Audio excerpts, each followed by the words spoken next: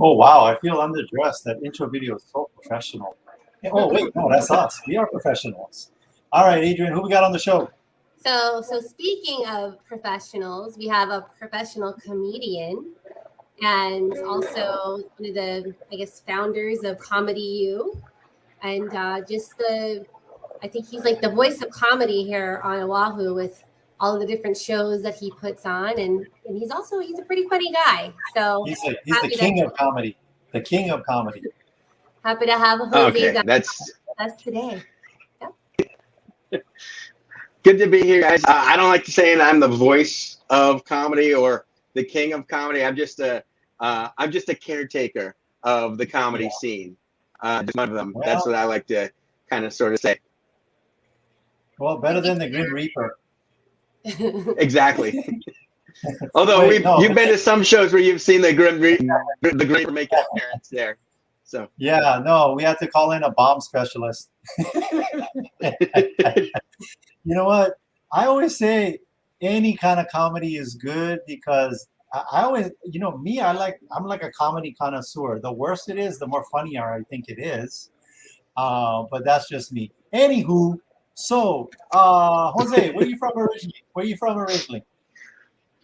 originally, I am from St. Louis, Missouri, and I moved out here to Honolulu back in '96 to attend Shaman University, and came here to play water polo, and that's what brought me to the islands. And loved it out here, stayed out here, and been here ever since. And yeah, that's basically my background in what brought me to Hawaii.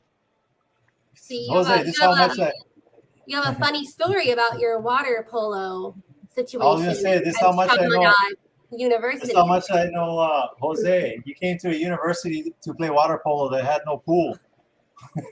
Correct. Yeah, that was there was a lot of big surprises that I had when I first came here. So Yeah. first of all, the high school I went to was Chaminade College Prep in St. Louis, Missouri, and I moved to Chaminade University on the campus of St. Louis High School. Moved to Hawaii sight unseen to play water polo. As you said, there was no pool. That was the biggest surprise when I got here. And I never really questioned anything looking at all the brochures at Chaminade, like, there's a water polo team. Okay, for some reason, they never showed any pictures of the pool. And I never questioned why that was. So that was the biggest shock. The second biggest shock, being on the campus with St. Louis High School and middle school, and coming from the Midwest, I had no idea what a Polynesian was until I got here. And you're seeing, 6, 7, and 8th graders that are, funneling up to play in, football over at St. Louis. And these are some big boys that are like 14 years old, some of them 250 pounds and 6'3" already, towering above, college kids. So that was a big culture shock for me coming to Hawaii. But eventually kind of got used to it, and yeah. So water polo. Imagine this in a Speedo. In fact, yeah, I'll go ahead and screen share that right. No, I can screen share that right now. Adrian, you had a question? So Jose, how did you end up going from Chaminade water polo all the way to comedy? Like, what got you into comedy? What got you started? Okay, well, but actually, I was always a huge fan of Saturday Night Live when I was growing up as a kid. I would always look forward to staying up really late and watching that. Love Letterman, also for the late night TV, and anytime there was a comedian on there, I would always get so excited. And that's really kind of what introduced me to comedy and just people being really funny. Loved it, and I came up at the time. Watching it was at the time when they had like Dana Carvey, David Spade, all those guys, Adam Sandler, and Rob Schneider. When it was like really the core of their troupe was made up of stand-up comedians. And then when I was in college, my senior year, they decided to do a talent showcase of the students. And for some reason, I decided, you know what, I want to get up on stage and try and tell jokes. I'd never done it before. Always was a fan, and just felt like, a lot of times in just regular settings, I would say something stupid, and it would just kind of get a laugh, a quirky laugh from people. And so I kind of felt like maybe I have what it takes to do this. I always thought I had some funny stories. And so the very first time getting on stage is when I had a talent showcase over in, was it 1999? And I was terrible. I sucked. It was one of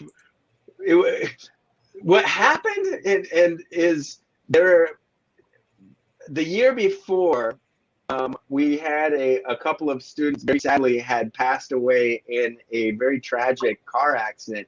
And the artist that went up right before me performed this very heartfelt, deep song paying tribute to, his friends that they had lost. And so everyone that was there at the show it was very emotional, and people were crying. And then I get up on stage afterwards and I'm starting doing these jokes about, hey, the cat lady who's feeding the cats, she's secretly conspiracy being paid by cafeteria. That's that's not chow fun, that's meow fun. Wah, wah, wah. And so it's just like I went from having an audience that was very emotional to, wow, these are the kind of jokes you're gonna be saying, Jose. And it just did not go over well at all. That was my very first experience ever trying to do stand-up comedy. Never really thought. Do you have a video of this? I'm Jose? sorry? Absolutely not, and I hope none exists of this. Actually, I did find the video on YouTube, and we're gonna roll the tape right now. No, we're not. We don't have the video.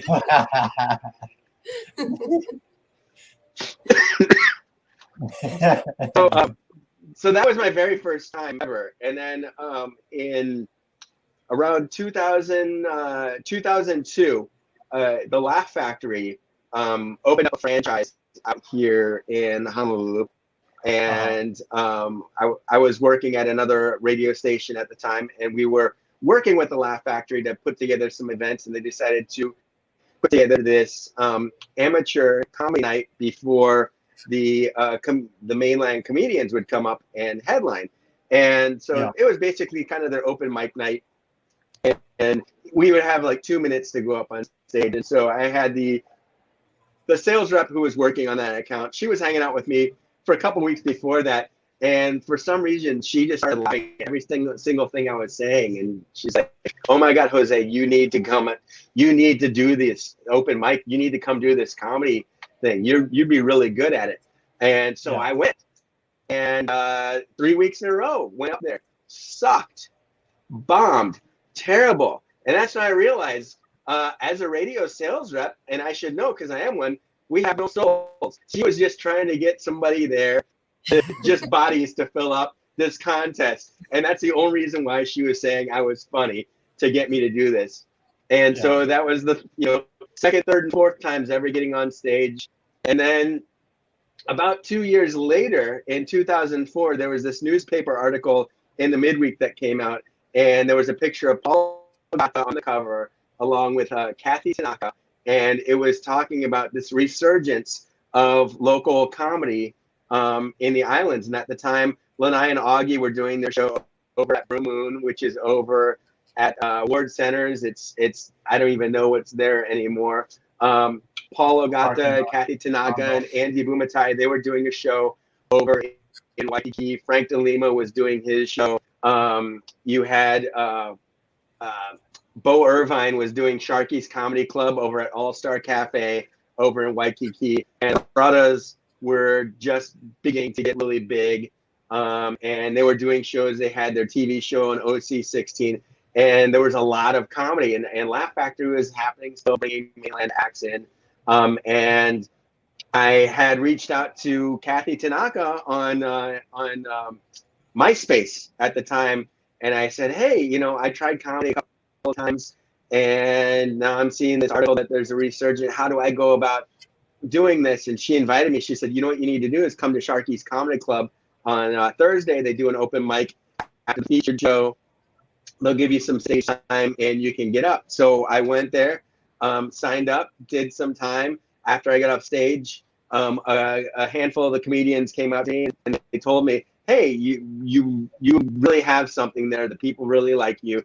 We also run an open mic with the other comedians at this other place, Gussie Lamore's, on Monday nights. You should come and get on stage. And so I got invited by comedians to start coming out and join this circuit, and every single week started going out. Eventually I was working with Augie T at the time. I asked him, hey, you know, I've been starting to do these open mics. Is there a chance that I could get up on your stage? And he said, sure. He invited me to open for him at Brew Moon, and just started going every single week and performing every single week, getting up on stage as much as I possibly could. And eventually I started touring with Augie and became his opening act for I say in 2004 is when I really got my start at it, because that's when I really started taking it seriously and going all the time. And for those 9 years, I was his opening act, promoted several of his shows, and really got to travel all over the place and get to see a really good quality comedy show, how it's, you know, presented to the audience. Got to meet a lot of fans from all over the place. I remember seeing we had some kids that were coming to the shows when we were first coming to the show in Honolulu, and they would come every single time that we would show up there, and I'd see some of these kids that became fans, you know, growing up from, you know, 9 years old the first time seeing us to, you know, graduating from high school. And so that was really a blessing for me, is getting to work with Augie and be kind of, you know, under his wing, and him mentoring me a lot with building my set and how to talk to local people and working on a lot of the local jokes. Well, let's talk about, you know, it's called Comedy U. Are you guys accredited? No. Do you take transfer credits? No.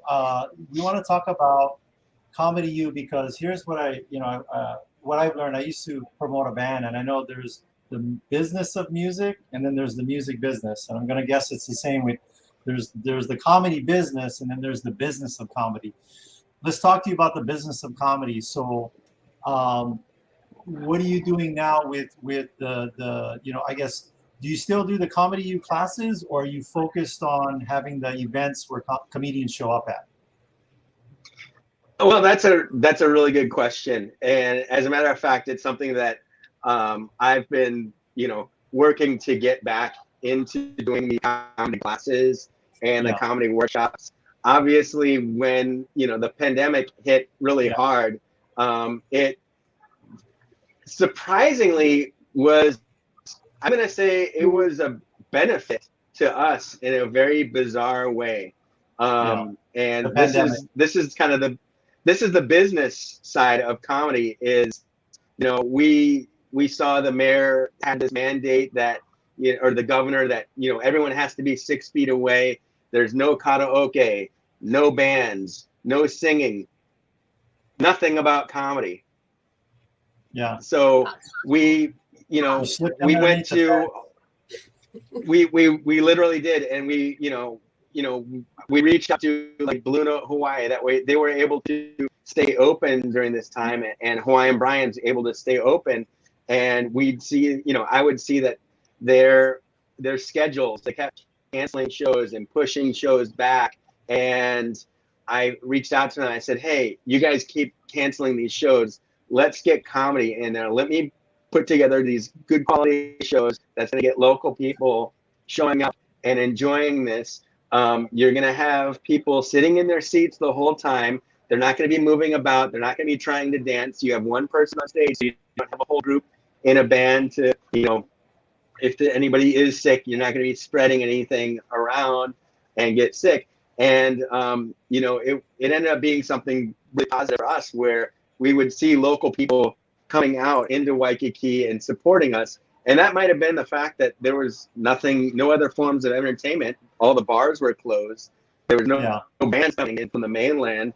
A lot of times, if bands had performances, maybe one member might have gotten sick and spread it around, and they had to cancel. We were able to just kind of rotate the comedians out all the time and do our featured shows. But at that same time, in trying to minimize the number of people being on the mic, we cut down on our open mic, which is the training grounds for the comics. As I said, that's kind of how I got my start going out there.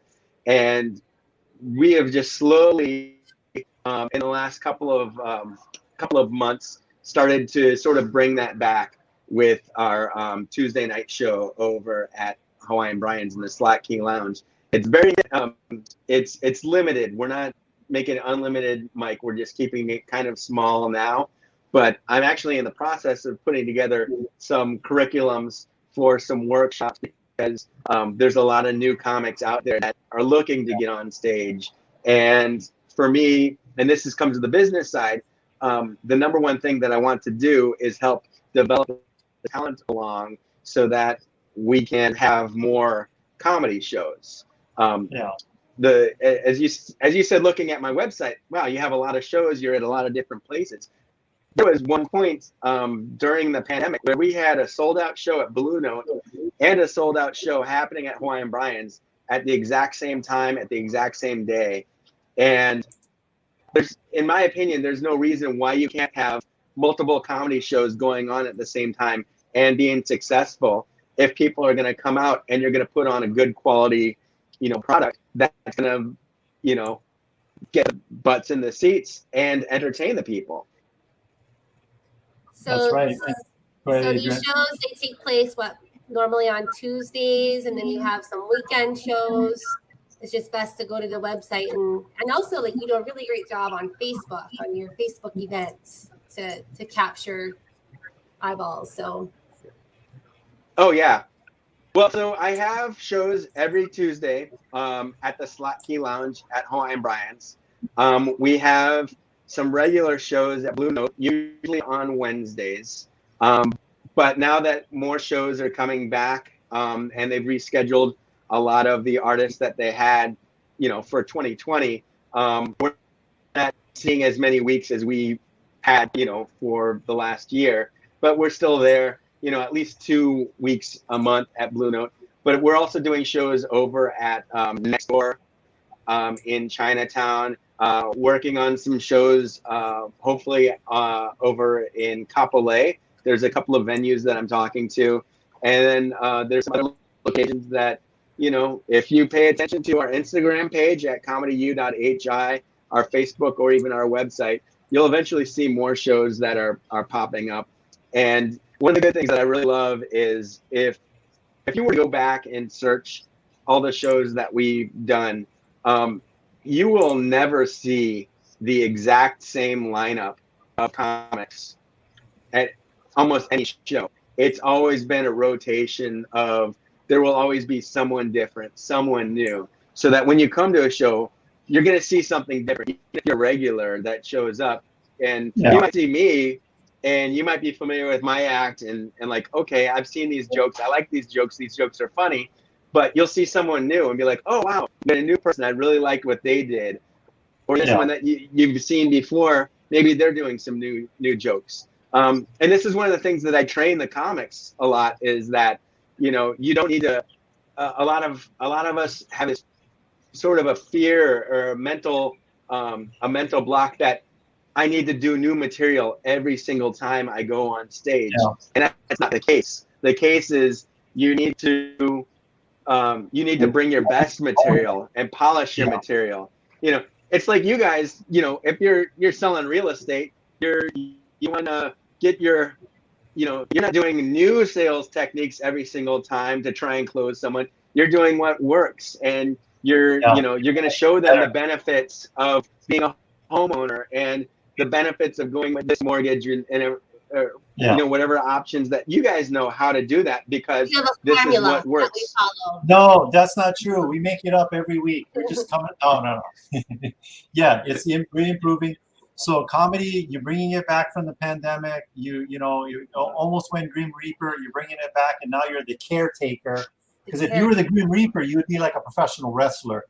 But you're a caretaker of comedy. You're the king of comedy here on Oahu.